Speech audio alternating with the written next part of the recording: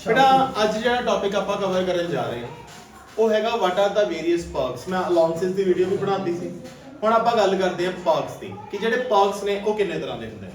ਬੇਟੇ ਜਿਹੜੇ ਪਰਕਸ ਨੇ ਸਭ ਤੋਂ ਪਹਿਲਾਂ ਮੈਂ ਗੱਲ ਕਰੂੰਗਾ ਜਿਹੜੇ ਪਰਕਸ ਪਹਿਲੀ ਗੱਲ ਹੁੰਦੇ ਕੀ ਜਿਹੜੇ ਪਰਕਸ ਨੇ ਬੇਟਾ ਉਹਨੂੰ ਕਹਿੰਦੇ ਨੇ ਪਰਕੋਸਾਈਡਸ। ਮਤਲਬ ਇਹ ਬੈਨੀਫਿਟ ਆ ਜੋ ਆਪਾਂ ਨਾਨ ਮੋਨੇਟਰੀ ਫਾਰਮ ਦੇ ਵਿੱਚ ਦਿੰਦੇ ਹਾਂ, ਠੀਕ ਹੈ ਨਾ। It is a non cash benefit, ਠੀਕ ਹੈ ਨਾ। ਜਿੱਦਾਂ ਰਹਿਣ ਵਾਸਤੇ ਘਰ ਦੇ ਦਿੱਤਾ, ਚਲਾਉਣ ਵਾਸਤੇ ਗੱਡੀ ਦਿੱਤੀ। ਪਰਕਸ ਦੀਆਂ ਤਿੰਨ ਟਾਈਪਸ ਹੁੰਦੀਆਂ ਨੇ। ਪਰਕਸ ਜਿਹੜੇ ਐਗਜ਼ੈਂਪਟਡ ਨੇ, ਪਰਕਸ ਜਿਹੜੇ ਸਾਰਿਆਂ ਵਾਸਤੇ ਟੈਕਸੇਬਲ ਨੇ, ਪਰਕਸ ਜਿਹੜੇ ਕੁਝ ਬੰਦਿਆਂ ਵਾਸਤੇ ਐਗਜ਼ੈਂਪਟਡ ਨੇ। ਤਿੰਨ ਤਰ੍ਹਾਂ ਦੀ ਕੈਟਾਗਰੀ। ਸਭ ਤੋਂ ਪਹਿਲਾਂ ਮੈਂ ਉਹ ਪਰਕਸ ਕਰਾਉਣ ਲੱਗਾ ਬੇਟੇ ਜਿਹੜੇ ਪਰਕਸ ਐਗਜ਼ੈਂਪਟਡ ਫॉर ਆਲ। ਇਹਦੇ ਵਿੱਚ ਸਭ ਤੋਂ ਪਹਿਲੇ ਨੰਬਰ ਤੇ ਆਉਂਦਾ ਰਾਜੇ ਫ੍ਰੀ ਰਿਫਰੈਸ਼ਮੈਂਟ।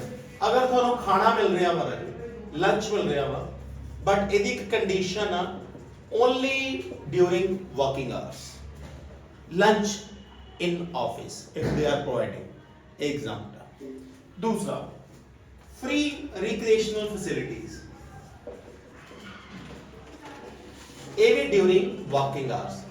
recreational facilities ਜਿੱਦਾਂ ਬੇਟੇ ਆਪਣੀ ਫਟੀਕ ਨੂੰ ਰਿਲੈਕਸ ਕਰਨ ਵਾਸਤੇ ਤੁਹਾਨੂੰ ਗੇਮਸ ਵਗੈਰਾ ਖਿਡਾਈਆਂ ਜਾ ਰਹੀਆਂ ਨੇ only for the purpose of making you more effective for the future assignments, ठीक है ना। वो चीज उस तो बाद provision for telephone for official work। अगर ਤੁਹਾਨੂੰ ਟੈਲੀਫੋਨ ਦੀ ਫੈਸਿਲਿਟੀ ਪ੍ਰੋਵਾਈਡ ਕੀਤੀ ਗਈ ਆ only for official work, ਤੁਸੀਂ ਆਪਣੇ official calls ਕਰ ਸਕਦੇ ਹੋ। it is exempted, ठीक है। free meals to the offshore areas and remote areas। free meal ਬੇਟੇ free meal ਮੈਂ ਤੁਹਾਨੂੰ ਦੱਸਦਾ in remote areas। ਕਿਉਂ free meal? ਕਿਉਂਕਿ ਬੇਟੇ ਇਹ areas ਜਿਹੜੇ ਹੁੰਦੇ ਨੇ ਨਾ ਇਹਨਾਂ ਤੇ ਵਰਕਿੰਗ ਆ ਜਿਹੜੀ ਬਹੁਤ ਡਿਫਿਕਲਟ ਹੁੰਦੀ ਹੈ। ਇਹ ਸਿਰਫ ਵਰਕਿੰਗ ਆਵਰਸ ਦੀ ਗੱਲ ਨਹੀਂ ਹੈਗੀ ਰਾਜੇ। ਇਹ ਅਗਰ ਰਿਮੋਟ ਏਰੀਆਜ਼ 'ਚ ਤੁਸੀਂ ਹੈਗੇ ਹੋ ਉੱਥੇ ਫ੍ਰੀ ਮੀਲ ਅਲਾਉਡ ਆ, ਚਾਹੇ ਉਹ ਵਰਕਿੰਗ ਆਵਰਸ ਹੋਵੇ ਚਾਹੇ ਆਫਟਰ ਵਰਕਿੰਗ ਆਵਰਸ ਹੋਵੇ। ਓਨਲੀ ਇਨ ਰਿਮੋਟ ਏਰੀਆ ਜਾਂ ਆਫਸ਼ੋਰ ਏਰੀਆ। ਜੇ ਨਾਰਮਲ ਆ ਤਾਂ ਤੁਹਾਨੂੰ ਸਿਰਫ ਵਰਕਿੰਗ ਆਵਰਸ ਦੇ ਵਿੱਚ ਮੀਲ ਐਗਜ਼ਾਮਪਟ ਆ। ਮੀਲ ਸਮਝਦੇ ਹੋ ਨਾ, ਖਾਣਾ, ਠੀਕ ਹੈ, ਲੰਚ ਜਾਂ ਡਿਨਰ ਜਾਂ ਬ੍ਰੇਕਫਾਸਟ। ਉਸ ਤੋਂ ਬਾਅਦ ਹੈਗਾ ਜੀ free ration, sorry, free education or refresher courses for employees। होता है ये free training, refresher courses for employees। ਇਹ ਤਾਂ ਬੇਟੇ ਇੱਕ ਕਹਿ ਸਕਦੇ ਹੋ ਡਰਾਮਾ, ਕਿਉਂਕਿ ਟ੍ਰੇਨਿੰਗ ਜਿਹੜੀ ਹੁੰਦੀ ਆ that is basically related to your official work। ਉਹਦੇ ਪੈਸੇ ਥੋੜੀ ਨਾ ਲੈਣਗੇ। ਉਸੇ ਤਰ੍ਹਾਂ ਰਿਫਰੈਸ਼ ਹਾਂ ਇਦਾਂ ਜ਼ਰੂਰ ਆ ਕਿ ਕਈ ਵਾਰੀ ਕੀ ਹੁੰਦਾ ਯੂਨੀਵਰਸਿਟੀ ਐਗਜ਼ਾਮੀਨਰ ਜਿਹੜੇ ਯੂਨੀਵਰਸਿਟੀ ਲੈਕਚਰਰ ਹੁੰਦੇ ਨੇ ਉਹਨਾਂ ਨੂੰ 5 ਸਾਲ 7 ਸਾਲਾਂ ਬਾਅਦ ਨਾ ਰਿਫਰੈਸ਼ਰ ਕੋਰਸ ਵਾਸਤੇ ਭੇਜਿਆ ਜਾਂਦਾ ਵਾ ਤਾਂ ਕਿ ਉਹਨਾਂ ਦੀ ਨੌਲੇਜ ਇੰਪਾਰਟ ਹੋਵੇ, ਇਨਕਰੀਜ਼ ਹੋਵੇ, ਠੀਕ ਹੈ ਨਾ। ਇੱਕ ਤਰ੍ਹਾਂ ਦੇ ਹੁੰਦੇ ਆ ਰਿਲੇਟਡ ਟੂ ਅਫੀਸ਼ੀਅਲ ਹੀ ਆ, ਇਸ ਲਈ ਉਹਨਾਂ ਨੇ ਐਗਜ਼ਾਮਟ ਕੀਤੇ ਹੋਏ ਨੇ, ਠੀਕ ਹੈ ਨਾ। ਉਸ ਤੋਂ ਬਾਅਦ ਕੀ ਆ, ਉਸ ਤੋਂ ਬਾਅਦ ਹੈਗਾ ਵਾ provided by perks provided by government to the foreign employee, by government in foreign। ਅਗਰ ਤੁਹਾਡੇ ਗਵਰਨਮੈਂਟ ਆ ਆਪਣੇ ਗਵਰਨਮੈਂਟ ਅਫੀਸ਼ੀਅਲਸ ਨੂੰ ਜਿਹੜੇ ਫੋਰਨ ਦੇ ਵਿੱਚ ਸਰਵ ਕਰ ਰਹੇ ਨੇ ਉਹਨਾਂ ਨੂੰ ਕੋਈ ਪਰਕ ਪ੍ਰੋਵਾਈਡ ਕਰਦੀ ਆ ਤਾਂ ਉਹ ਐਗਜ਼ਾਮਪਲ ਹੈ। ਇਸ ਤੋਂ ਇਲਾਵਾ employer contribution to the staff insurance scheme। employer ਅਗਰ ਤੁਹਾਡਾ ਸਟਾਫ ਇੰਸ਼ੋਰੈਂਸ ਸਕੀਮ ਦੇ ਵਿੱਚ ਕੰਟਰੀਬਿਊਟ ਕਰ ਰਿਹਾ, ਮਤਲਬ ਤੁਹਾਡੀ ਸਾਰਿਆਂ ਦੀ ਉਹਨਾਂ ਨੇ ਇੰਸ਼ੋਰੈਂਸ ਕਰਵਾਈ ਹੋਈ ਆ ਜਿਹਦੇ ਪੈਸੇ ਕੌਣ ਭਰ ਰਿਹਾ ਵਾ, ਸਟਾਫ ਭਰ ਰਿਹਾ। Interest free loan 20000 interest free loan ਅਗਰ ਤੁਹਾਨੂੰ ਦਿੱਤਾ ਹੋਇਆ ਹੈ ਤਾਂ ਇਹ ਵੀ ਐਗਜ਼ਾਮਪਟ ਆ, ਇਹਦਾ ਇੰਟਰਸਟ ਵੀ ਐਗਜ਼ਾਮਪਟ ਆ, ਪਰ 20000 ਤੋਂ ਵੱਧ ਦਾ ਲੋਨ ਤੁਸੀਂ ਨਹੀਂ ਦੇਣਾ। ਉਸ ਤੋਂ ਬਾਅਦ ਡਿਵੈਂਚਰਸ ਗਿਵਨ by the कोई भी शेयर्स आ ਜਾਂ ਡਿਵੈਂਚਰਸ ਆ ਅਗਰ ਕੋਈ ਵੀ ਗਵਰਨਮੈਂਟ ਆਪਣੇ EMPLOYEES ਨੂੰ ਦਿੰਦੀ ਹੈ ਕਿਸੇ ਸਕੀਮ ਦੇ ਤਹਿਤ ਕਿਸੇ ਆਪਣੀ ਹੀ ਕੰਪਨੀ ਦਾ, for example State Bank of India ਇੱਕ ਗਵਰਨਮੈਂਟ ਆਰਗੇਨਾਈਜੇਸ਼ਨ ਆ, ਉਹ ਆਪਣੇ EMPLOYEES ਨੂੰ ਅਗਰ ਸ਼ੇਅਰਸ ਜਾਂ ਡਿਵੈਂਚਰਸ ਵਗੈਰਾ ਦਿੰਦੀ ਹੈ ਕੋਈ ਐਗਜ਼ਾਮਪਲ ਹੁੰਦੇ, ਠੀਕ। ਨੈਕਸਟ ਸੌਰੀ ਤੁਸੀਂ ਕੀ ਕਹਿ ਰਹੇ ਸੀ? ਬੋਨਸ ਨਹੀਂ ਬੇਟੇ, bonus is a part of salary. I am saying shares and debenture, ठीक है। ऐसे कि ਤੁਹਾਨੂੰ ਹਾਂਜੀ ਬੋਨਸ ਸ਼ੇਅਰਸ ਇਹ ਹਾਂ it is a sort of bonus shares, yes you are right. ਉਸ ਤੋਂ ਬਾਅਦ free allowance, free conveyance allowance. ਇਹ ਕਨਵੀਨਸ ਅਲਾਉਂਸ ਪਤਾ ਕੀ ਹੁੰਦਾ ਜੀ? ਘਰ ਤੋਂ ਆਫਿਸ, ਆਫਿਸ ਤੋਂ ਘਰ, that is allowed। ਘਰ ਤੋਂ ਆਫਿਸ ਅਲਾਉਂਸ ਨਹੀਂ, फ्री कन्वेंस गड्डी मैं अलाउंस लिखता, I am sorry, free conveyance कि घर तो ऑफिस, ऑफिस तो घर, अगर ਤੁਹਾਨੂੰ घर ਛੱਡ ਕੇ ਜਾ ਰਹੀ ਹੈ, घर तो लेके जा रही है, घर ਛੱਡ ਕੇ ਜਾ ਰਹੀ ਹੈ, फ्री कन्वेंस।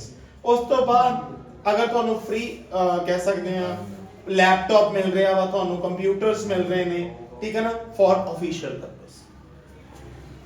बेटे ये माफ ਤਾਂ ਹੀ ਨੇ क्योंकि ये सारियां चीज़ां ਜਿਹੜੀਆਂ ਮਿਲਦੀਆਂ ਪਈਆਂ ਨੇ ਨਾ, that is basically for official purposes, ठीक है ना। ਇਸ ਤੋਂ ਇਲਾਵਾ ਤੁਹਾਨੂੰ ਜਿਹੜੇ ਆਰਮਡ ਫੋਰਸਿਸ ਆ ਉਹਨਾਂ ਨੂੰ ਜਿਹੜਾ ਫ੍ਰੀ ਰਾਸ਼ਨ ਮਿਲਦਾ ਵਾ, ਆਰਮਡ ਫੋਰਸਿਸ ਪਤਾ ਨਾ ਕਿਹੜੇ ਹੁੰਦੇ, ਆਰਮੀ ਮੈਨ, ਉਹਨਾਂ ਨੂੰ ਜਿਹੜਾ ਫ੍ਰੀ ਰਾਸ਼ਨ ਮਿਲਦਾ, ਆਰਮਡ ਫੋਰਸਿਸ ਨੂੰ ਜਿਹੜਾ ਫ੍ਰੀ ਰਾਸ਼ਨ ਮਿਲਦਾ। ਉਸ ਤੋਂ ਇਲਾਵਾ ਜਿਹੜਾ ਰੈਂਟ ਫ੍ਰੀ ਹਾਊਸ ਮਿਲਦਾ ਵਾ, rent free house member of parliament, MLA, MP, ਇਹਨਾਂ ਨੂੰ ਜਿਹੜਾ ਰੈਂਟ ਫ੍ਰੀ ਹਾਊਸ ਮਿਲਦਾ ਉਹ। ਉਸ ਤੋਂ ਇਲਾਵਾ rent free house to the ਜੱਜਸ of supreme court and high court, rent free house ਜੱਜਸ ਨੂੰ। मैं सारा एक बार दोबारा दस दूंगा जी, मेरी लैंग्वेज ਤੁਹਾਨੂੰ ਕਿਤੇ ਸਮਝ ਨਹੀਂ ਆਈ, ਠੀਕ ਹੈ। ਇਸ ਤੋਂ ਇਲਾਵਾ ਕੋਈ ਵੀ ਐਕਸੀਡੈਂਟਲ ਇੰਸ਼ੋਰੈਂਸ ਹੈ ਜਿਹੜੀ ਤੁਹਾਡੀ EMPLOYER ਪੇ ਕਰ ਰਿਹਾ, ਐਕਸੀਡੈਂਟਲ ਇੰਸ਼ੋਰੈਂਸ ਕਿ ਇਹਦੇ ਬੰਦੇ ਦੀ ਕੰਮ ਕਰਦੇ ਡੈਥ ਨਾ ਹੋ ਜੇ ਕਿਤੇ, ਇੰਸ਼ੋਰੈਂਸ, ਠੀਕ ਹੈ, ਪੇਡ ਬਾਈ EMPLOYER। ਉਸ ਤੋਂ ਇਲਾਵਾ ਕੋਈ ਵੀ ਤੁਹਾਨੂੰ ਗੁੱਡਸ ਸੇਲ ਕਰ ਰਹੀ ਹੈ ਕੰਸੈਸ਼ਨਲ ਰੇਟ ਤੇ, ਉਹ ਗੁੱਡਸ ਸੋਲਡ ਐਟ ਕੰਸੈਸ਼ਨਲ ਰੇਟ, ठीक है बेटे। इस तो अलावा हैगा जी मेडिकल फैसिलिटी। मेडिकल फैसिलिटी थोड़ी जी डिटेल्स दसण वाली है, इसलिए मैं इत्थे ओनू कवर करूंगा। मेडिकल फैसिलिटी, मेडिकल फैसिलिटी च देखो बेटे, सारी मेडिकल फैसिलिटी एग्जाम्प्ट आ अगर हॉस्पिटल की वा एम्प्लॉयर,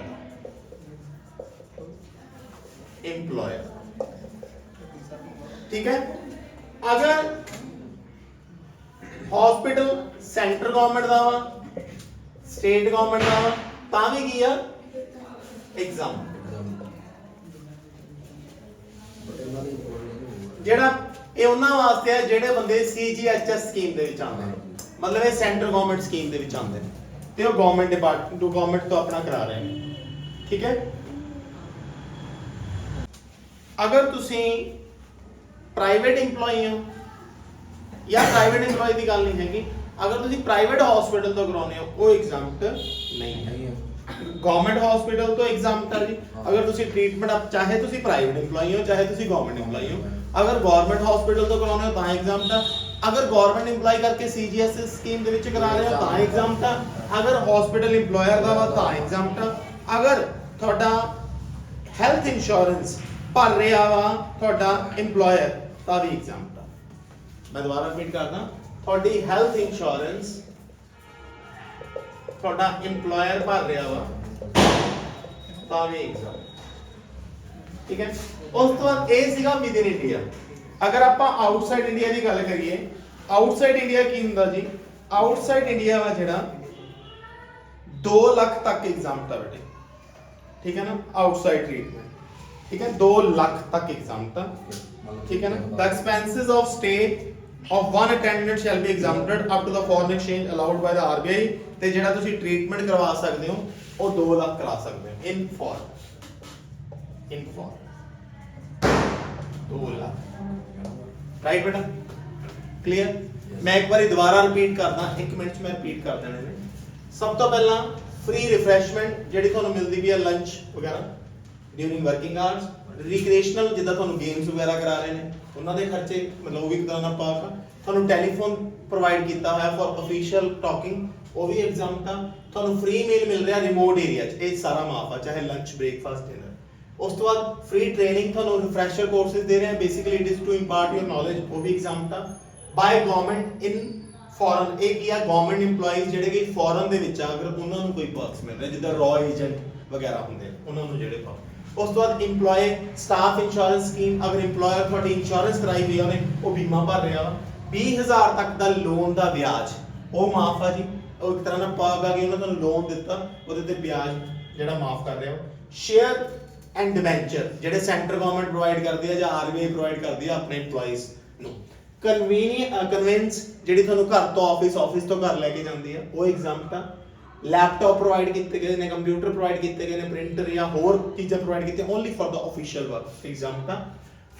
ਆਰਮਡ ਫੋਰਸਿਸ ਨੂੰ ਮਤਲਬ ਆਰਮੀ ਮੈਨ ਨੂੰ ਜਿਹੜਾ ਰਾਸ਼ਨ ਦਿੱਤਾ ਜਾਂਦਾ ਹੈ ਉਹ ਐਗਜ਼ਾਮਪਟ ਆ, ਠੀਕ ਹੈ ਨਾ, ਕਿਉਂਕਿ ਉਹ ਦੇਸ਼ ਦੀ ਸੇਵਾ ਕਰਦੇ ਨੇ ਬੇਟੇ, ਉਹਨਾਂ ਨੂੰ ਥੋੜੇ ਬਹੁਤੇ ਬੈਨੀਫਿਟ ਤਾਂ ਮਿਲਦੇ ਹੀ, ਠੀਕ ਹੈ ਨਾ। J&K ਦੇ ਵਿੱਚ ਅਗਰ ਉਹ ਪੋਸਟਡ ਹੈਗੇ ਨੇ, ਹਾਰਟ ਨੇ ਉਹਦੇ ਵਿੱਚ। Rent free member, MLA MP ਉਹਨਾਂ ਨੂੰ ਜਿਹੜੇ ਰੈਂਟ ਮਿਲਦੇ ਨੇ, ਜਾਂ ਜੱਜਸ ਨੂੰ ਜਿਹੜੇ ਘਰ ਰਹਿਣ ਵਾਸਤੇ ਮਿਲਦੇ ਨੇ ਉਹ ਐਗਜ਼ਾਮਪਟ ਆ।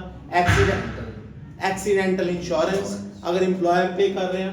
ਗੁੱਡ ਸੋਲਡ ਐਟ ਕੰਸੈਸ਼ਨ ਅਗਰ ਤੁਹਾਨੂੰ ਗੁੱਡਸ ਆ ਜਿਹੜੀਆਂ ਘੱਟ ਰੇਟ ਤੇ ਪ੍ਰੋਵਾਈਡ ਹੋ ਰਹੀਆਂ ਨੇ ਉਹ ਵੀ ਐਗਜ਼ਾਮਪਲ, ਕਿਉਂਕਿ ਇੰਨਾ ਕੁ ਅਲਾਉਡ ਕਰ ਸਕਦੇ ਆ। ਹੁਣ ਕੱਲ ਨੂੰ ਮੈਂ ਇੱਕ ਅਗਰ ਆਰਗੇਨਾਈਜੇਸ਼ਨ 'ਚ ਕੰਮ ਕਰ ਰਿਹਾ ਤਾਂ ਮੈਂ ਬੈਂਕ 'ਚ ਕੰਮ ਕਰ ਰਿਹਾ ਤਾਂ ਮੈਨੂੰ ਬੈਂਕ ਦੇ ਵਿੱਚ ਲੋਨ ਸਸਤਾ ਹੀ ਮਿਲੂਗਾ। ਇਟ ਇਜ਼ ਮਾਈ ਬੈਨੀਫਿਟ, ਕਿਉਂਕਿ ਮੈਂ ਤਾਂ ਇਹ ਠੀਕ ਆ, ਮਾਫ, ਠੀਕ ਹੈ ਨਾ। ਮੈਡੀਕਲ ਫੈਸਿਲਿਟੀਜ਼ ਮੈਂ ਤੁਹਾਨੂੰ ਦੱਸ ਹੀ ਦਿੱਤਾ। ਅਗਰ EMPLOYER ਦਾ ਖੁਦ ਦਾ ਹਸਪੀਟਲ ਆ ਉੱਥੋਂ ਇਲਾਜ ਕਰਾ ਰਹੇ ਹੋ ਤਾਂ ਸਾਰਾ ਮਾਫ ਆ। ਅਗਰ ਗਵਰਨਮੈਂਟ ਤੋਂ ਕਰਾ ਰਹੇ ਹੋ ਸਾਰਾ ਮਾਫ ਆ। ਅਗਰ ਗਵਰਨਮੈਂਟ EMPLOYEE CGHS ਸਕੀਮ ਦੇ ਤਹਿਤ ਕਰਾ ਰਿਹਾ ਵਾ ਸਾਰਾ ਮਾਫ ਆ। ਅਗਰ ਪ੍ਰਾਈਵੇਟ EMPLOYEE ਆ ਮਾਫ ਨੇ। ਪ੍ਰਾਈਵੇਟ EMPLOYEE ਦੀ ਗੱਲ ਨਹੀਂ, ਅਗਰ ਪ੍ਰਾਈਵੇਟ ਹਸਪੀਟਲ ਤੇ ਕਰਾ ਰਹੇ ਹੋ ਤਾਂ ਮਾਫ ਨਹੀਂ ਹੈਗਾ। ਅਗਰ ਫੋਰਨ ਜਾ ਕੇ ਕਰਾ ਰਹੇ ਹੋ ਮੈਕਸਿਮਮ 2 ਲੱਖ ਤੱਕ ਮਾਫ ਆ ਤੇ 1 ਅਟੈਂਡੈਂਟ ਦਾ ਖਰਚਾ ਮਾਫ ਹੁੰਦਾ, ਉਹ ਵੀ as per RBI rule. 1 attendant ਜਿਹੜਾ ਤੁਹਾਡੇ ਨਾਲ ਉੱਥੇ ਬੈਠੂਗਾ, ਠੀਕ ਹੈ ਬੇਟੇ। ਹੁਣ ਆਪਾਂ ਗੱਲ ਕਰਦੇ ਹਾਂ ਜੀ perks taxable for all employees। perks taxable ਇਹਦੇ ਚ ਕੀ ਆ ਬੇਟੇ, ਇਹਦੇ ਵਿੱਚ ਵੈਸੇ ਸਭ ਤੋਂ ਵੱਡਾ ਹੈਗਾ ਰੈਂਟ ਫ੍ਰੀ ਹਾਊਸ, ਲੇਕਿਨ ਉਹ ਮੈਂ ਡਿਟੇਲ ਚ ਕਰਾਣਾ ਵਾ, ਇਸ ਲਈ ਉਹ ਮੈਂ ਬਾਅਦ ਚੋਂ ਕਵਰ ਕਰੂੰਗਾ। ਪਹਿਲਾਂ ਮੈਂ ਥੋੜੇ ਜਿਹੇ ਛੋਟੇ ਕਰ ਲਾਂ। ਉਹ ਚ ਕੀ ਆ ਜਿਹੜੇ ਟੈਕਸੇਬਲ ਹੋਣਗੇ। ਸਭ ਤੋਂ ਪਹਿਲਾਂ ਗੈਸ ਐਂਡ ਇਲੈਕਟ੍ਰਿਸਿਟੀ ਬਿੱਲ। ਬੇਟੇ ਅਗਲਾ ਕਿਉਂ ਦਊਗਾ ਤੁਹਾਡੇ ਬਿੱਲ,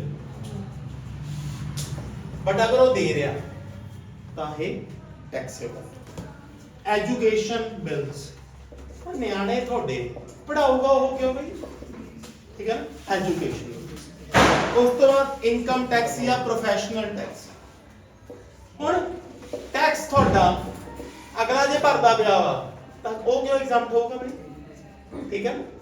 ਟੈਕਸ LIC, ਹੁਣ LIC ਤੁਹਾਡੀ, ਹੁਣ ਤੁਸੀਂ ਕਹੋਗੇ ਪਿੱਛੇ ਤਾਂ ਸਰ ਤੁਸੀਂ ਕਿਹਾ ਸੀ ਗਰੁੱਪ ਇੰਸ਼ੋਰੈਂਸ, ਉਹ ਗਰੁੱਪ ਇੰਸ਼ੋਰੈਂਸ ਹੈ ਬੇਟੇ ਸਭ ਦੀ ਇਕੱਠੀ, ਇਹ ਇਕੱਲੇ ਦੀ ਭਰ ਇਹ ਨਹੀਂ ਲਾ, ਇਹ ਟੈਕਸੇਬਲ ਆ। ਅਗਰ ਉਹ LIC ਭਰ ਰਿਹਾ ਵਾ ਖੁਦ ਪੈਸੇ ਪੇ ਕਰ ਰਿਹਾ, ਠੀਕ ਹੈ ਨਾ।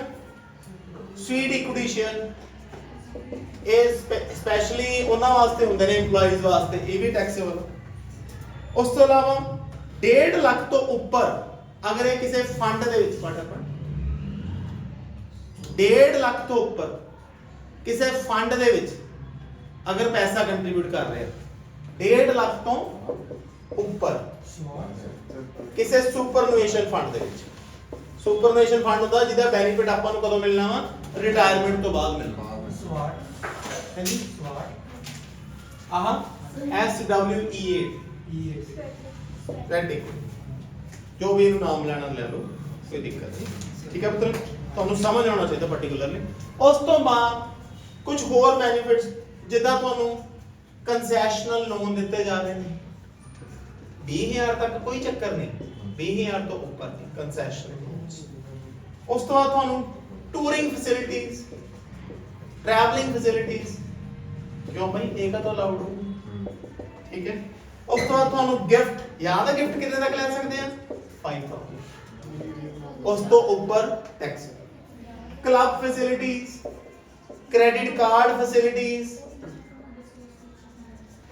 ਇਹ ਸਾਰੀਆਂ ਡਿਊਰਿੰਗ ਵਰਕਿੰਗ ਆਵਰਸ ਨਹੀਂ ਹੈਗੀਆਂ।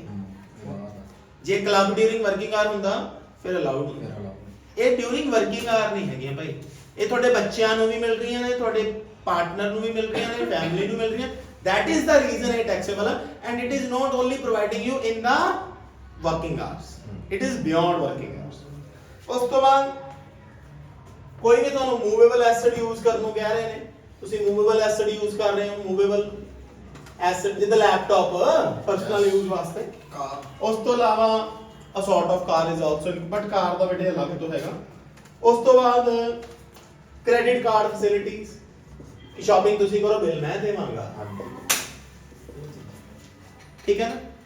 ਇਹ ਚੀਜ਼, ਇਹ ਜਿਹੜੀਆਂ ਫੈਸਿਲਿਟੀਜ਼ ਨੇ ਇਹ ਟੈਕਸੇਬਲ ਨੇ। ਮੈਂ ਦੁਬਾਰਾ ਰਿਪੀਟ ਕਰ ਦਿੰਦਾ ਕਿਉਂਕਿ ਉਸ ਤੋਂ ਬਾਅਦ ਫਿਰ ਮੈਂ ਸਭ ਤੋਂ ਮੇਨ ਰੈਂਟ ਫ੍ਰੀ ਅਕੋਮੋਡੇਸ਼ਨ ਦੱਸਾਂਗਾ, ਠੀਕ ਹੈ ਨਾ।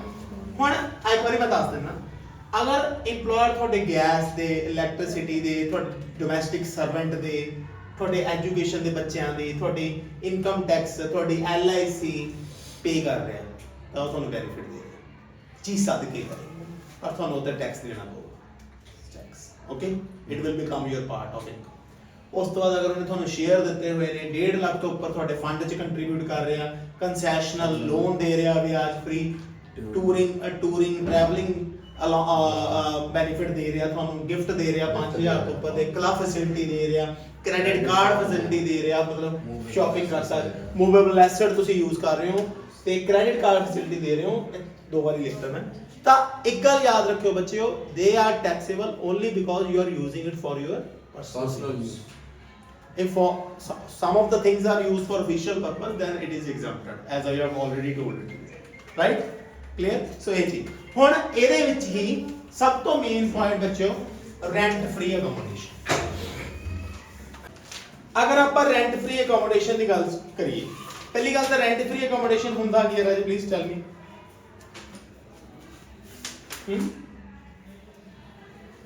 ਬੋਲੋ ਬਈ। ਜਿਹਦਾ ਰੈਂਟ ਇੰਪਲਾਈ ਨਹੀਂ, ਰੈਂਟ ਹਾਂ ਇਹ ਆ ਕਿ ਰੈਂਟ ਫ੍ਰੀ ਅਕੋਮੋਡੇਸ਼ਨ ਮਤਲਬ ਉਹ ਘਰ ਤੁਹਾਨੂੰ ਘਰ ਰਹਿਣ ਵਾਸਤੇ ਦਿੱਤਾ ਵਾ, ਲੇਕਿਨ ਉਹਦਾ ਰੈਂਟ ਕੌਣ ਪੇ ਕਰ ਰਿਹਾ ਵਾ, EMPLOYER ਪੇ ਕਰ ਰਿਹਾ। ਪਹਿਲੀ ਗੱਲ, ਰੈਂਟ ਫ੍ਰੀ ਅਕੋਮੋਡੇਸ਼ਨ ਥੋੜਾ ਜਿਹਾ ਵੱਡਾ ਪੁਆਇੰਟ ਹੈ, ਇਹਨੂੰ ਧਿਆਨ ਨਾਲ ਕਵਰ ਕਰਨਾ ਆਪਾਂ। ਰੈਂਟ ਫ੍ਰੀ ਅਕੋਮੋਡੇਸ਼ਨ ਦੀ ਅਗਰ ਮੈਂ ਗੱਲ ਕਰਾਂ,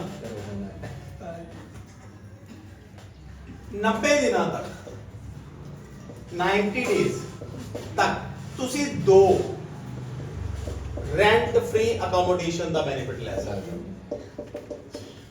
ਕਿਤੇ ਤੁਹਾਡੀ ਫੈਮਿਲੀ ਇੱਕ ਜਗ੍ਹਾ ਤੇ ਹੈਗੀ ਆ, ਦੂਜੀ ਜਗ੍ਹਾ ਤੇ ਤੁਸੀਂ ਟ੍ਰਾਂਸਫਰ ਹੋ ਕੇ ਚਲ ਗਏ, ਤੁਸੀਂ ਬੈਨੀਫਿਟ ਲੈ ਸਕਦੇ ਹੋ। ਪਹਿਲਾਂ ਤੁਸੀਂ ਤਾਂ ਸੈਲਰੀ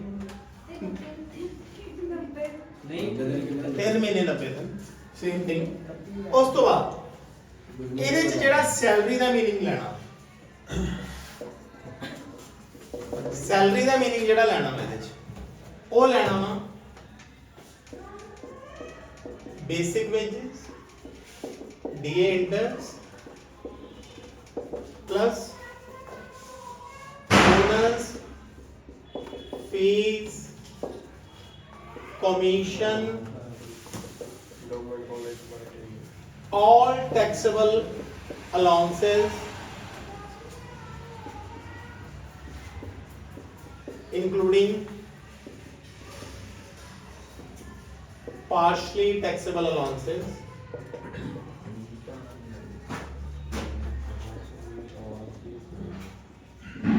plus leave encashment, मतलब छुट्टियां ਦੇ पैसे during the year ਜਿਹੜੇ ਤੁਸੀਂ ਲੈ।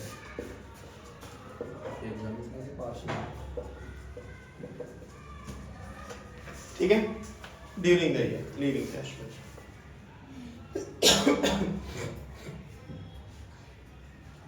leave encashment during the year, ठीक है। कोई भी एरियर्स सैलरी ਦੇ ਅਗਰ ਤੁਹਾਨੂੰ ਆ ਰਹੇ ਨੇ ਉਹ ਵੀ ਇਹ ਚ ਇਨਕਲੂਡ ਕਰਨਾ, arrears and also advance salary. मैं ये गल कर रहा अगर 90 डेज तो ऊपर ਤੁਸੀਂ अगर 90 डेज तो ऊपर अगर ਤੁਸੀਂ 2 ਘਰਾਂ ਦਾ ਬੈਨੀਫਿਟ ਲੈ ਸਕਦੇ ਹੋ 90 ਦਿਨ ਤੱਕ, 90 ਦਿਨ ਤੱਕ ਲੈ ਸਕਦੇ ਹੋ। 90 ਦਿਨ ਤੋਂ ਬਾਅਦ ਇੱਕ ਘਰ ਦਾ ਹੀ ਮਿਲੂਗਾ, ਬਾਕੀ ਕੀ ਹੋ ਜਾਊਗਾ, ਜੇ ਦੋਨੋਂ ਦੇ ਬਹਿ ਰਹੇ ਤਾਂ ਦੋਨੋਂ ਟੈਕਸੇਬਲ ਹੋਣਗੇ, ਠੀਕ ਹੈ। 90 ਡੇਜ਼ ਤੱਕ ਇੱਕ ਟੈਕਸੇਬਲ ਹੋਊਗਾ। ਸੈਲਰੀ ਦਾ ਮੀਨਿੰਗ ਕੀ ਲੈਣਾ ਮੈਂ ਤੁਹਾਨੂੰ ਆਲਰੇਡੀ ਦੱਸਤਾ, basic salary, DA bonus, commission, fees, all taxable allowances, particularly partially taxable allowances, leave encashment, ਛੁੱਟੀਆਂ ਦੇ ਪੈਸੇ, plus area ਸੈਲਰੀ ਮਿਲ ਰਹੀ ਹੈ, ਐਡਵਾਂਸ ਸੈਲਰੀ ਮਿਲ ਰਹੀ, ਸਾਰਾ ਕੁਝ ਹੈ। ਜਿਹੜੀ ਸੈਲਰੀ ਦਾ ਹੁਣ ਮੀਨਿੰਗ ਮੈਂ ਦੱਸਦਾ, ਮੈਂ ਇੱਥੇ ਸੈਲਰੀ ਦਾ ਮੀਨਿੰਗ ਕਿਉਂ ਦੱਸਦਾ ਕਿ ਆਰਐਫ ਵਿੱਚ ਕਿਹੜੀ ਸੈਲਰੀ ਰਹਿਣੀ ਹੈ, ਕਿਉਂਕਿ ਅੱਗੇ ਸਾਨੂੰ ਲੋਡ ਪੈਣੀ। ਹੁਣ ਪੁਆਇੰਟ ਆਉਂਦੇ ਨੇ ਜੀ, ਆਰਐਫ ਤੇ ਪਹਿਲੀ ਗੱਲ owned by employer, ਅਗਰ ਜਿਹੜਾ ਘਰ ਪ੍ਰੋਵਾਈਡ ਕਰ ਰਿਹਾ ਉਹ ਮਾਲਕ ਦਾ ਖੁਦ ਦਾ। ਦੂਜਾ hired by employer, ਅਗਰ ਉਹਦਾ ਖੁਦ ਦਾ ਘਰ ਆ, ਉਹਦੇ ਵਿੱਚ ਦੋ ਆਉਂਦੇ ਨੇ, ਗਵਰਨਮੈਂਟ EMPLOYEE, ਪ੍ਰਾਈਵੇਟ।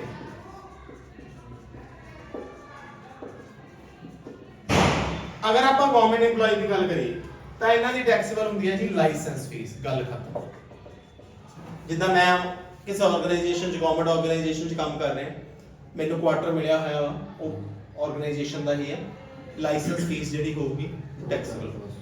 ਠੀਕ ਹੈ। Next private EMPLOYEE।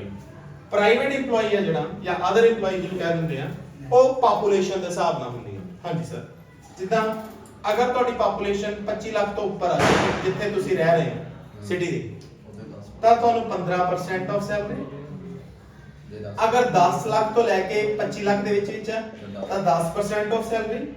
ਅਗਰ ਆਪਣਾ 10 ਲੱਖ ਜਾਂ ਇਸ ਤੋਂ ਨੀਚੇ ਆ ਤਾਂ 7.5% ਆਫ ਸੈਲਰੀ। 7.5% ਆਫ ਸੈਲਰੀ ਤੁਹਾਡਾ ਬਿਲੋਂਗ ਹੋ। ਠੀਕ ਹੈ ਬੱਚਿਓ। ਅਗਰ ਤੁਸੀਂ ਪ੍ਰਾਈਵੇਟ EMPLOYEE, ਇੱਥੇ ਆਵਾ ਸੈਲਰੀ। ਸਮਝ ਆਈ ਮੇਰੀ ਗੱਲ? ਅੱਛਾ ਜੀ, ਇਹਦੇ ਵਿੱਚ ਕੀ ਆ, ਅਗਰ ਤੁਹਾਨੂੰ ਹੋਟਲ ਅਕੋਮੋਡੇਸ਼ਨ ਹੁੰਦੀ ਹੈ, ਹੋਟਲ ਅਕੋਮੋਡੇਸ਼ਨ, ਤਾਂ ਉਹ ਬਣ ਜਾਂਦਾ 24% ਆਫ ਸੈਲਰੀ। ਬਟ ਇੱਕ ਗੱਲ ਯਾਦ ਰੱਖਿਓ, ਹੋਟਲ ਅਕੋਮੋਡੇਸ਼ਨ 'ਚ ਇੱਕ ਰੂਲ ਆ ਕਿ 15 ਦਿਨਾਂ ਤੱਕ ਮਾਫ ਆ, 15 ਡੇਜ਼ ਐਗਜ਼ਾਮ। ਬਟ ਅਗਰ 15 ਦਿਨਾਂ ਤੋਂ ਜ਼ਿਆਦਾ ਰਹਿ ਲਏ ਹੋਟਲ 'ਚ ਡਿਊ ਟੂ ਯੋਰ ਟ੍ਰਾਂਸਫਰ, ਤੁਹਾਡੀ ਟ੍ਰਾਂਸਫਰ ਹੋਈ, ਅਗਲੇ ਨੇ ਤੁਹਾਨੂੰ ਹੋਟਲ 'ਚ ਬਿਠਾਤਾ ਜਾ ਕੇ, 15 ਦਿਨਾਂ ਤੱਕ ਤੁਸੀਂ ਰਹਿ ਸਕਦੇ ਹੋ ਕਿਉਂਕਿ ਤੁਸੀਂ ਘਰ-ਬਾਰ ਦੇਖਦੇ ਪਏ ਸੀਗੇ ਆਪਣੇ। 15 ਦਿਨਾਂ ਤੋਂ ਬਾਅਦ ਅਗਰ 16 ਦਿਨ ਹੋ ਗਿਆ ਤਾਂ ਇੱਕ ਦਿਨ ਦਾ ਟੈਕਸੇਬਲ ਨਹੀਂ ਹੋਣਾ, 16 ਦਿਨਾਂ ਦਾ ਹੋਊਗਾ। ਤੇ ਇਹਦੇ 'ਚ ਜਿਹੜੀ ਆਪਾਂ ਸੈਲਰੀ ਲੈਣੀ ਆ ਉਹ 24% ਹੈ। ਤੇ ਜੇ ਹਾਇਰਡ ਬਾਈ EMPLOYER ਆ ਤਾਂ ਸਿੱਧਾ ਹਿਸਾਬ ਐਕਚੁਅਲ ਰੈਂਟ ਔਰ 15% ਆਫ ਸੈਲਰੀ। ਅਗਰ EMPLOYER ਨੇ ਖੁਦ ਕਿਰਾਏ ਤੇ ਲੈ ਕੇ ਤੁਹਾਨੂੰ ਦਿੱਤਾ ਤਾਂ ਜਿਹੜਾ EMPLOYER ਕਿਰਾਇਆ ਭਰ ਰਿਹਾ ਵਾ, ਠੀਕ ਆ, ਉਹ ਪਲੱਸ ਔਰ 15% which ever is less। ਠੀਕ ਹੈ ਜੀ। ਇਹ ਸੀਗਾ ਜੀ ਅਨਫਰਨਿਸ਼ਡ।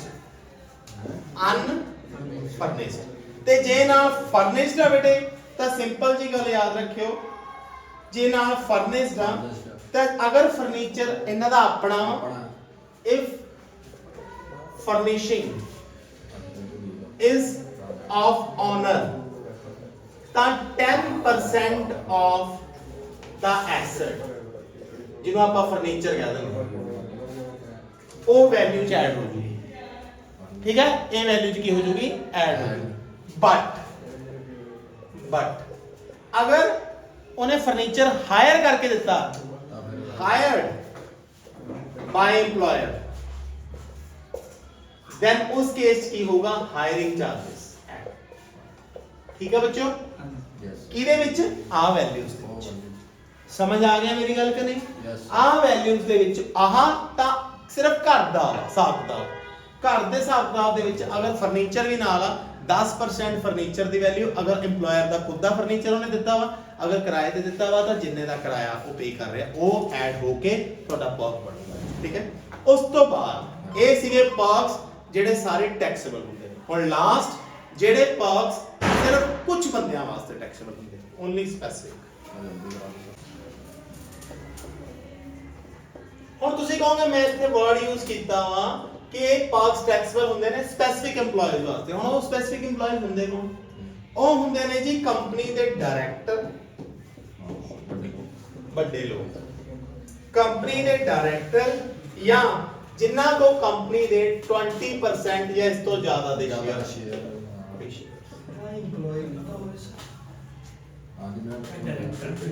ਜਾਂ ਜਿਨ੍ਹਾਂ ਦੀ salary, please listen to me boys, ਜਿਨ੍ਹਾਂ ਦੀ ਸੈਲਰੀ 50,000 ਤੋਂ ਵੱਧ, ਇਹਨਾਂ ਨੂੰ ਮਿਲਣੀ ਹੈ ਜੀ, ਇਹਨਾਂ ਲਈ ਟੈਕਸੇਬਲ। ਜਿਹਦੇ ਵਿੱਚ ਸਭ ਤੋਂ ਪਹਿਲਾਂ ਹੈਗਾ ਜੀ ਕਾਰ, ਉਹ ਡਿਟੇਲਸ ਦੱਸੂਗਾ, ਕੱਲ ਕਰਾਇਆ ਸੀ ਜਦੋਂ। ਠੀਕ ਹੈ, ਉਸ ਤੋਂ ਬਾਅਦ ਹੈਗਾ ਫ੍ਰੀ ਸਰਵੈਂਟ,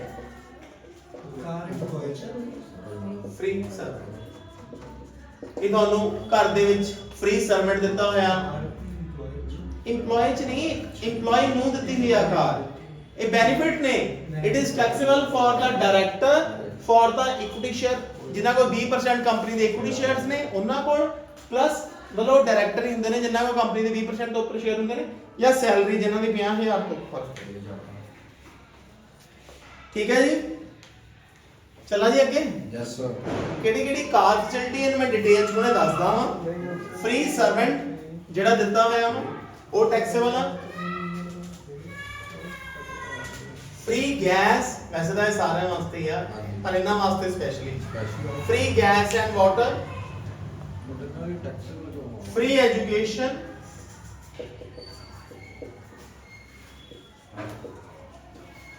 मोस्टली ये सारे वास्ते ही है राजे कल्ले इन्ना वास्ते free transport and medical facilities Raje mostly जेडे टैक्सेबल ने ना जेडे टैक्सेबल ਆਪਾਂ ਸਭ ਤੋਂ ਪਹਿਲਾਂ ਪੜ੍ਹੇ ਨੇ ਇਹ ਉਹਨਾਂ ਵਾਲੇ ਨੇ टैक्सेबल कर रहे हैं ਇਹ ਕਰ ਰਹੇ ਟੈਕਸੇਬਲ ਫॉर ਸਪੈਸਿਫਿਕ EMPLOYEES ਪਰ ਰਾਜੇ ਇਹ ਆਲ EMPLOYEES ਵਾਲੇ ਨੇ ਮੋਸਟਲੀ ਫ੍ਰੀਜ਼ ਇਹ ਚ ਮੇਨ ਨਾ ਕਾਰ ਦਾ ਪੁਆਇੰਟ ਆ ਬਾਕੀ ਦਾ ਸਾਰੀਆਂ ਚੀਜ਼ਾਂ ਸੇਮ ਆ ਕਿਉਂਕਿ ਇਫ ਯੂ ਰਿਮੈਂਬਰ ਆਪਾਂ ਫ੍ਰੀ ਸਰਵੈਂਟ ਵੀ ਪਹਿਲਾਂ ਕਰ ਚੁੱਕੇ ਆ ਗੈਸ ਵਾਲਾ ਵੀ ਪਹਿਲਾਂ ਕਰ ਚੁੱਕੇ ਆ ਆਪਾਂ ਐਜੂਕੇਸ਼ਨ ਵਾਲਾ ਵੀ ਟਰਾਂਸਪੋਰਟ ਵਾਲਾ ਵੀ ਮੈਡੀਕਲ ਵਾਲਾ ਵੀ ਕਰ ਚੁੱਕੇ ਆ डायरेक्टर ਨੂੰ EMPLOYE ਭਾਵੇਂ ਨਹੀਂ ਮੰਨਿਆ ਜਾ ਰਿਹਾ ਤੁਹਾਡੇ ਵੀ ਲਿਸਨ ਟੂ ਮੀ ਪੁੱਤਰ ਜੀ ਮੇਰੇ डायरेक्टर ਨੂੰ ਭਾਵੇਂ EMPLOYE ਨਹੀਂ ਮੰਨਿਆ ਜਾ ਰਿਹਾ ਲੇਕਿਨ ਘਰ ਤਾਂ ਦਿੱਤਾ ਜਾ ਰਿਹਾ ਪਰਕਸ ਤਾਂ ਦਿੱਤੇ ਜਾ ਰਹੇ आई एम टॉकिंग अबाउट कि पर्क्स ਜਿਹੜੇ ਇੱਕ ਕੰਪਨੀ ਪੇ ਕਰ ਰਹੀ ਆ ਉਹ ਕਿਹਨੂੰ ਟੈਕਸ ਚਾਹੇ ਉਹ ਡਾਇਰੈਕਟਰ ਨੂੰ ਦੇਣ ਚਾਹੇ EMPLOYE ਨੂੰ ਦੇਣ ਠੀਕ ਹੈ ਹੁਣ ਮੈਂ ਕਾਰ ਤੇ ਆ ਜਾਵਾਂ ਜਿਹੜਾ ਮੇਨ ਕਾਰ ਦਾ ਇਹ ਤਾਂ ਕਿਉਂਕਿ ਆਲਮੋਸਟ ਸਾਰਿਆਂ ਵਾਸਤੇ ਆ ਬੇਟੇ ਸਿਰਫ ਮੇਨ ਕਾਰ ਹੀ ਆ ਠੀਕ ਹੈ ਨਾ ਇਹਨੂੰ ਭਾਵੇਂ ਇਹਨਾਂ ਨੇ ਸਪੈਸੀਫਾਈਡ ਚ ਕਰਤਾ ਵਾ ਲੇਕਿਨ ਇਹ ਆਲਮੋਸਟ ਸਾਰਿਆਂ ਵਾਸਤੇ ਹੈਗੇ ਭਾਵੇਂ ਕਾਰ ਹੀ ਹੁਣ ਅਗਰ ਮੈਂ ਕਾਰ ਦੀ ਗੱਲ ਕਰਾਂ ਬੇਟੇ ਕਾਰ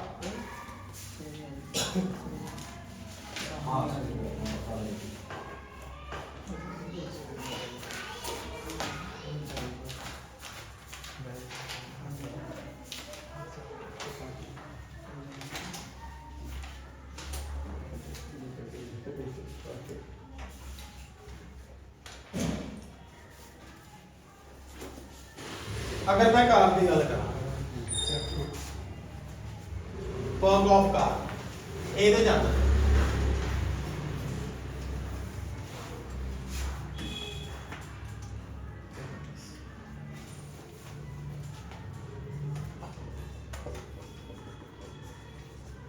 पर्क ऑफ कार देखो पहला केस की है ए पॉइंट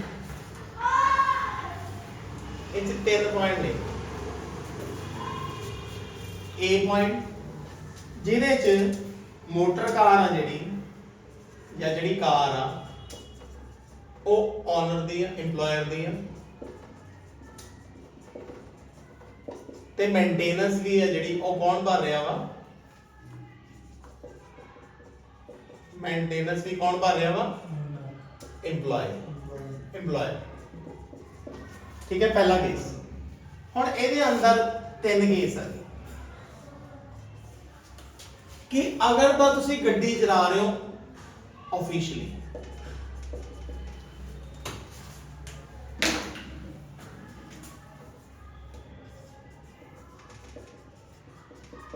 अगर ਤਾਂ ਤੁਸੀਂ ਗੱਡੀ ਚਲਾ ਰਹੇ ਹੋ ऑफिशियली then एक काम करो क्योंकि फिर कादा यार फिर तो एम्प्लॉयर ने खर्चा देना गड्डी भी ओदी खर्चा भी ओदा अगर तुसी चला रहे हो पर्सनली सारा फिर सारे एक्चुअल चार्जेस समझ गए ना एक्चुअल चार्जेस मतलब कार दी लगूगी डेप्रिसिएशन कितनी 10% प्लस मेंटेनेंस दे जेड़े एक्चुअल चार्जेस जेड़ा ਤੁਹਾਡਾ ਮਾਲਕ पे कर रहा है क्योंकि गड्डी ਤੁਸੀਂ ਉਹਦੀ ਚਲਾ ਰਹੇ ਹੋ ਮੈਂ ਦੁਬਾਰਾ ਰਿਪੀਟ ਕਰਦਾ ਇਹਦੇ ਚ ਕੀ ਆ ਤੁਸੀਂ ਗੱਡੀ ਕੀ ਕਮਾ ਰਹੇ ਹੋ ਪਰਸਨਲੀ ਕਮਾ ਰਹੇ ਹੋ ਦੈਨ ਐਕਚੁਅਲ ਕਾਰ ਦੇ 10% ਡੈਪਰੀਸੀਏਸ਼ਨ ਉਹ ਤੁਹਾਡੀ ਇਨਕਮ ਦਾ ਪਾਰਟ ਬਣੂਗੀ ਪਲੱਸ ਮੇਨਟੇਨੈਂਸ ਐਕਚੁਅਲ ਚਾਰजेस ਜੋ ਤੁਹਾਡੇ EMPLOYER ਤੁਹਾਨੂੰ ਪੇ ਕਰ ਰਿਹਾ ਤੁਹਾਡੀ ਗੱਡੀ ਦੇ ਪੇ ਕਰ ਸਮਝ ਆ ਗਿਆ ਮੇਰੀ ਗੱਲ ਇਹਦੇ ਚ ਹੁਣ ਕੀ ਆ ਪਾਰਸ਼ਲੀ personal partially official partially personal partially official ਹੁਣ ਇਹਦੇ ਚ ਕੀ ਆ ਇਹਦੇ ਚ ਸਮਝਣ ਵਾਲਾ ਅਗਰ ਤੁਸੀਂ partially ਚਾਹੁੰਦੇ ਹੋ ਪਰਸਨਲ ਵਾਸਤੇ partially फिर वो डिपेंड करता ਹੁੰਦਾ कैपेसिटी ਦੀ। अगर 6 पॉइंट तक लीटर तक ਉਹਦੀ कैपेसिटी है तो 1800 रुपए पर मंथ। अगर उस तो ऊपर की कैपेसिटी है तो 2400 रुपए पर मंथ प्लस 900 रुपया अगर तुसी नाल की रखा है चॉपर रखा है ड्राइवर रखा है। समझ गए मेरी गल? अच्छा एक गल और ਇਹਦੇ ਚ भी सैलरी ऑफ ड्राइवर ਨਾਲ ही है जी, क्योंकि अगर ड्राइवर रखा है तो ਉਹਦੀ भी तनख्वाह। समझ आ गई मेरी? अगर पर्सनली चलाऊगा गड्डी तो गड्डी की डेप्रीशिएशन ਜਿਹੜੀ ਤਨਖਾਹ एम्प्लॉयर दे रहा वा ड्राइवर दी ਉਹ प्लस ਜਿਹੜੇ एक्चुअल मेंटेनेंस चार्जेस, क्योंकि ये सारा कुछ है ਜਿਹੜਾ पे कर रहा है एम्प्लॉयर।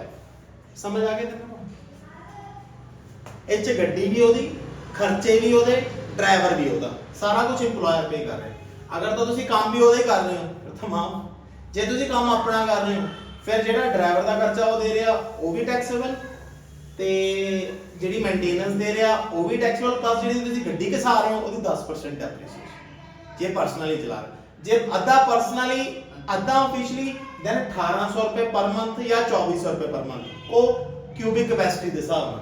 अगर ਗੱਡੀ ਦੀ ਕਿਊਬਿਕ ਕੈਪੈਸਿਟੀ 1.6 ਜਾਂ ਉਸ ਤੋਂ ਘੱਟ ਆ ਫਿਰ 1800, ਜੇ ਉਸ ਤੋਂ ਵੱਧ ਆ ਤਾਂ 2400 ਰੁਪਏ ਪਰ ਮੰਥ प्लस 900 रुपया उस तो बाद लेना वा ड्राइवर की सैलरी, क्योंकि ये ता घट करता थोड़ा जिहा एक्चुअल नालों, क्योंकि वो ऑफिशियली भी तो चला रहा है।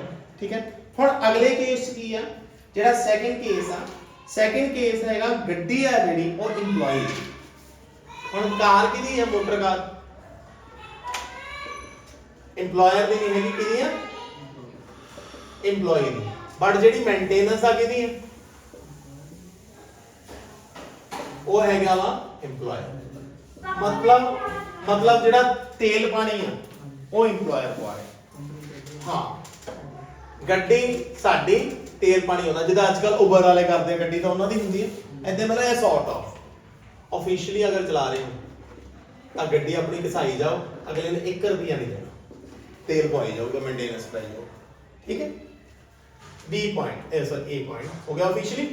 बी पॉइंट अगर पर्सनली घुमा रहे हो तो जेडे मेंटेनेंस एक्सपेंस अगला दे रहे हैं अगला करूगा ही। गड्डी तो थोड़ी है, लिसन टू मी, गड्डी थोड़ी है, ना ड्राइवर का कोई टेंशन ना ही गड्डी की डेप्रीसिएशन की कोई टेंशन, क्योंकि गड्डी तो थोड़ी है।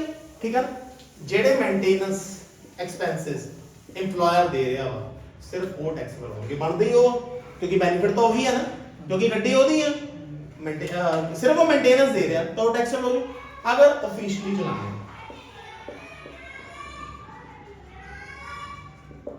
oh sorry officially नहीं, partially, personally, partially, officially, उस केस की होगा, उस केस की होगा, उसके एक केस थोड़ा समझने वाला। ਇਹਦੇ ਚ ਕੀ ਹੁੰਦਾ ਵਾ, ਇਹਦੇ ਵਿੱਚ ਹੁਣ ਗੱਡੀ ਉਹਦੀ ਹੈ ਪਰ ਉਹ officially ਵੀ ਚਲਾ ਰਿਹਾ ਵਾ ਤਾਂ personally ਵੀ ਚਲਾ ਰਿਹਾ, ਤੇ ਇਹਦੇ ਚ ਕੀ ਹੁੰਦਾ ਵਾ ਜਿਹੜੇ actual expense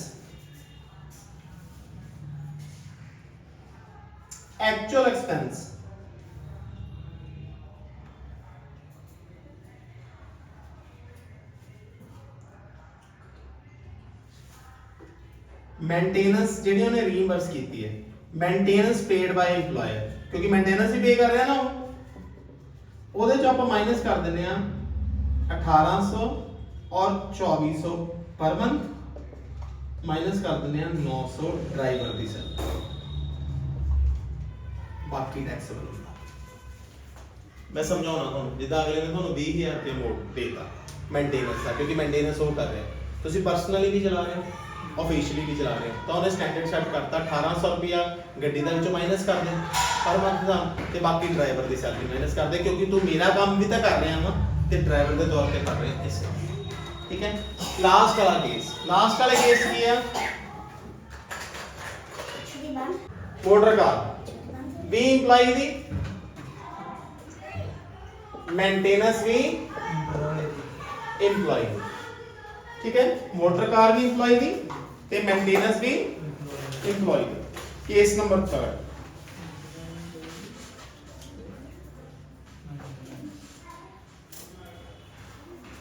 सॉरी जेड़ा केस नंबर 3 है ना बेटे गड्डी दा खत्म हो गया, ये मोटर कार दा नहीं हैगा। केस नंबर 3 हैगा एनी अदर कन्वेंस, जिदा मोटरसाइकिल वगैरह any other convince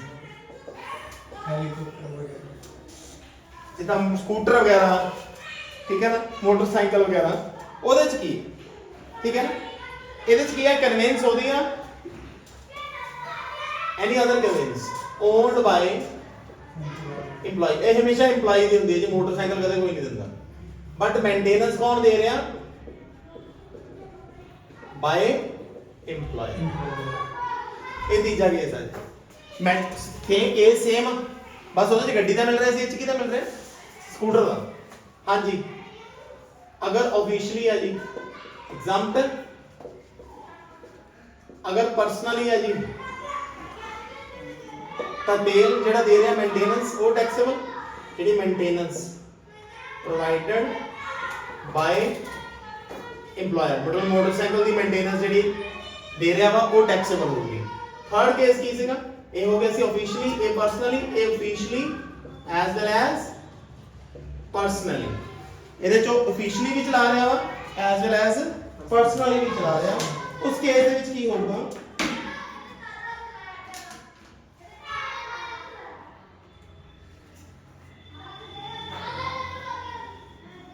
expenses paid by employer minus 900 रुपए का वो टैक्स समझिए मैं एक बार ओवरव्यू दे देना है ना ताकि ਤੁਹਾਨੂੰ ਚੀਜ਼ਾਂ ਸਮਝ ਆ ਜਾਣ ਬੇਟੇ ਦੇਖੋ ਮੋਟਰ ਕਾਰ ਆ ਨਾ ਮੋਟਰ ਕਾਰ ਦੇ ਨਾਲ ਦੋ ਕੇਸ ਬਣਾਏ ਪਹਿਲਾ ਕੇਸ ਕੀ ਆ ਗੱਡੀ ਵੀ ਮਾਲਕ ਦੀ ਮੇਨਟੇਨੈਂਸ ਵੀ ਮਾਲਕ ਦੀ ਅਗਰ ਤੁਸੀਂ ਆਫੀਸ਼ੀਅਲੀ ਚਲਾ ਰਹੇ ਹੋ ਤਾਂ ਕੰਮ ਵੀ ਮਾਲਕ ਦਾ ਐਗਜ਼ਾਮਪਲ ਅਗਰ ਤੁਸੀਂ ਪਰਸਨਲੀ ਚਲਾ ਰਹੇ ਹੋ ਤਾਂ ਜਿਹੜੀ ਮਾਲਕ ਦੀ ਗੱਡੀ ਆ ਉਹਦੀ ਡੈਪਰੀਸੀਏਸ਼ਨ ਜਿਹੜੀ ਉਹ ਮੇਨਟੇਨੈਂਸ ਦੇ ਰਿਹਾ ਉਹ ਖਰਚਾ ਪਲੱਸ ਜਿਹੜਾ ਉਹਨੇ ਡਰਾਈਵਰ ਦਿੱਤਾ ਉਹਦਾ ਖਰਚਾ ਟੈਕਸ ਅਗਰ ਤੁਸੀਂ personally as well as officially ਚਲਾ ਰਹੇ ਹੋ ਤਾਂ ਗੱਡੀ ਦੇ 1800 ਰੁਪਏ ਜਾਂ 2400 ਰੁਪਏ प्लस 900 रुपया ड्राइवर ठीक है क्लियर क्लियर है हाँ अगले केस की सीगा कि गड्डी साडी मेंटेनेंस मालक दी हुण जे गड्डी साडी है मेंटेनेंस तुसी ऑफिशियली चला रहे हो एग्जाम मेंटेनेंस ही दे रहे हो एग्जाम अगर तुसी पर्सनली चला रहे हो तो जिन्नी हुण देखो अगला क्यों तो मेंटेनेंस होगा भाई जिन्नी मेंटेनेंस आ वो सारी की होगी टैक्स अगर तुसी personally as well as officially चला रहे हो हुण इच गड्डी दा इच कोई फर्क नहीं सिर्फ इच गड्डी दा खर्चा नहीं पैना ते आह ड्राइवर दी पैनी क्योंकि गड्डी ਤੁਹਾਡੀ ਆਪਣੀ है ਤਾਂ सिर्फ ਪਊਗਾ कि मेंटेनेंस ਦਾ ठीक है ना आ देख मेंटेनेंस ਦਾ खर्चा माइनस 1800 रुपए और 2400 रुपए माइनस 900 रुपए ड्राइवर अब दोनों बेनिफिट समझ आ गया क्योंकि गड्डी मेरी है पर्सनली ते ऑफिशियली चलती पई है जो मेंटेनेंस ਦਾ ਖਰਚਾ ਉਹ मेंटेनेंस ही दे रहा है ना ਉਹ ਚੋਂ ਮਾਈਨਸ ਕਰ ਦੇਣਾ 1800 ਜਾਂ 2400 ਰੁਪਏ ਪਰ ਮੰਥ 900 ਰੁਪਏ ਡਰਾਈਵਰ ਦਾ ਕਿਉਂਕਿ ਗੱਡੀ ਜੇ ਮੈਂ ਪਰਸਨਲੀ ਚਲਾ ਰਿਹਾ ਮੈਂ ਆਫੀਸ਼ੀਅਲੀ ਵੀ ਚਲਾ ਰਿਹਾ ਉਹਦੇ ਡਰਾਈਵਰ ਦਾ ਵੀ ਕੰਮ ਕਰ ਰਿਹਾ ਸਮਝਾ ਨਹੀਂ ਮੇਰੀ ਅਗਲਾ ਕੇਸ ਅਗਰ ਤੁਹਾਨੂੰ ਕੋਈ ਮੋਟਰਸਾਈਕਲ ਵਗੈਰਾ ਤੁਹਾਡਾ ਆਪਣਾ ਲੇਕਿਨ ਚਲਾ ਤੁਸੀਂ ਮੇਨਟੇਨੈਂਸ ਉਹਦੀ EMPLOYE ਸੇਮ ਕੇਸ ਆਫੀਸ਼ੀਅਲ ਉਹ ਨਹੀਂ ਹੈਲੀਕਾਪਟਰ ਹੈਲੀਕਾਪਟਰ ਨੂੰ ਕਹਾਂ ਇੱਥੇ ਮੋਟਰਸਾਈਕਲ ਦੀ ਜਾਂ ਆਟੋ ਦੀ ਗੱਲ ਹੋ ਰਹੀ ਹੈ ਮੈਂ ਗੱਲ ਕੀ ਕਰ ਰਿਹਾ ਕਿ ਅਗਰ ਤੁਸੀਂ ਉਹ ਯੂਜ਼ ਕਰ ਰਹੇ ਹੋ I am repeating third case ਦੇ ਵਿੱਚ ਕੀ ਹੈ ਕਿ ਤੁਸੀਂ ਮੋਟਰਸਾਈਕਲ ਜਾਂ ਹੋਰ ਕੋਈ ਮੋਟਰ ਵਹੀਕਲ ਯੂਜ਼ ਕਰ ਰਹੇ ਹੋ ਤਾਂ ਉਹਦੇ ਵਿੱਚ ਕੀ ਆ ਤੁਹਾਡਾ ਆਪਣਾ ਮੇਨਟੇਨੈਂਸ ਹੋ ਦੇ ਰਹੇ ਸੇਮ ਕੇਸ ਆ ਇਹਦੇ ਵਿੱਚ ਕੀ ਆ ਅਗਰ ਆਫੀਸ਼ੀਅਲੀ ਐਗਜ਼ਾਮਪਟਡ ਅਗਰ ਪਰਸਨਲੀ ਤਾਂ ਸਾਰੀ ਮੇਨਟੇਨੈਂਸ ਅਗਰ personally as well as officially ਤਾਂ ਜਿਹੜੀ ਉਹ ਮੇਨਟੇਨੈਂਸ ਦੇ ਰਿਹਾ -900 ਰੁਪਏ ਪਰ ਮੰਥ